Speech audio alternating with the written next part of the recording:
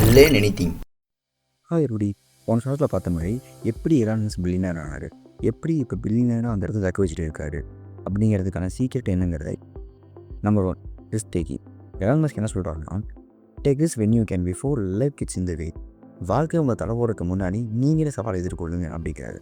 So இதுதான் Elon மஸ்கோட தாரகம் வந்துட்டு இருந்துச்சு. எலான் மஸ்க்னு சொன்னாலே டேக் ரிஸ்க்குன்னு இதுக்காக சொல்கிறாங்க.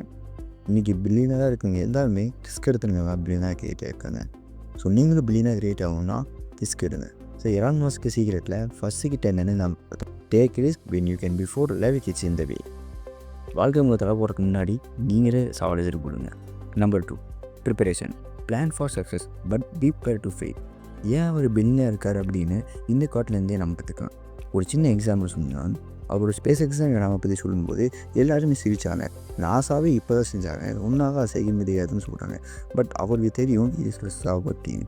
பட் சில ஃபெயிலியருக்கு அவர் ரெடியாக இருந்தார். ஃபஸ்ட் டைம் ராக்கெட் விட்டார், ஃபெயில். Second time fail. கடைசியாக அவர்கிட்ட இருந்த எல்லா படத்தையும் இன்வெஸ்ட் பண்ணி லாஸ்ட் அட்டம்ப்டாக ராக்கெட் விட்டார், சக்ஸஸ்.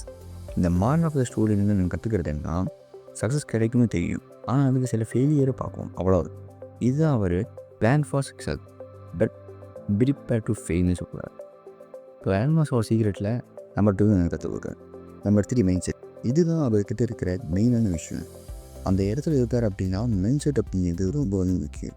ஏன் நம்ம அந்த கூட இப்படின்னு காண முடியும், அதுக்கு நம்மளுக்கு மெயினாக மைண்ட் செட்டு தான். இதை நம்ம லைஃப்லையும் ரொம்ப என்னன்னா, நம்ம லைஃப்லையும் கோ ஆகும். என்ன நடந்தாலும் சரி, எவ்வளோ ஃபெயிலியர் பார்த்தாலும் சரி, என்னோட ரோல் இதுங்க அப்படிங்கிறதுல எலான் மஸ்க் கிளியராக இருந்தார். ஒரு அடிக்கடி யூஸ் பண்ணுற ஒரு வார்த்தைனா அது இதுதான், do more creating than you do company. நீங்களே கிரியேட் பண்ணுங்கள், அப்புறம் யாருக்கிட்டையும் கம்ப்ளைண்ட் அவசியம் இல்லை. அவரோட குவாட்லேயே எனக்கு ரொம்ப பிடிச்சதும் இது தான். எல்லாத்தையுமே நான் கம்பெனி பண்ணனாலும் என் லைஃப்பில் எந்த ஒன்றுமே இருக்க மாட்டேங்குது. ஸோ நீங்கள் கம்ப்ளைண்ட் பண்ணி ப்ராப்ளம்க்கு ஸ்பெஷல் கண்டுபிடிச்சு அது சரியில்லை இது சரியில்லை அப்படின்னு கம்ப்ளைண்ட் தான் ஸ்டார்ட் பண்ணேன். எலான் மஸ்கோட சீக்ரெட்டில் 3வது நான் கற்றுக்கிட்டேன், do more creative than you do complaint. நீங்களே கிரியேட் பண்ணுங்கள், அப்புறம் யார்கிட்ட போய் வரணும்னு அவசியம் இல்லை. நம்பர் 4 லீடி. எவ்வளோ எல்லாத்தையுமே கீழே இருந்து ஸ்டார்ட் பண்ணுங்கள். நீங்கள் ட்ரெண்டாக மாறுங்க, ட்ரெண்டில் ஃபாலோ பண்ணுறீங்க. எம்ப்ளாயி மைண்ட் செட்லேருந்து வெளியே போங்க. எத்தனை நாளைக்குமே கீழே இருப்பீங்க. To be a leader, to be a boss, to be a business மேனாக கேட்டாங்க. நீங்கள் எப்பவுமே ட்ரெண்டாக இருங்க. இதுதான் அவர் ஃபாலோ பண்ணார். ஸோ எலான் மஸ்கோட 4th சீக்ரெட். Number 5 reading. ஆனால் அந்த ஷார்ட்டை சொன்னாங்க தான், இந்த உலகத்துக்கு சக்ஸஸாக இருக்கவங்க எல்லாருமே புக் படிப்பாங்க. இப்போ புக் படித்தா சக்ஸஸ் ஆகிருவோம்னு கேட்டால் கிடையாது. பட் சக்ஸஸாக இருக்கிறவங்க எல்லாருமே புக் படிப்பாங்க.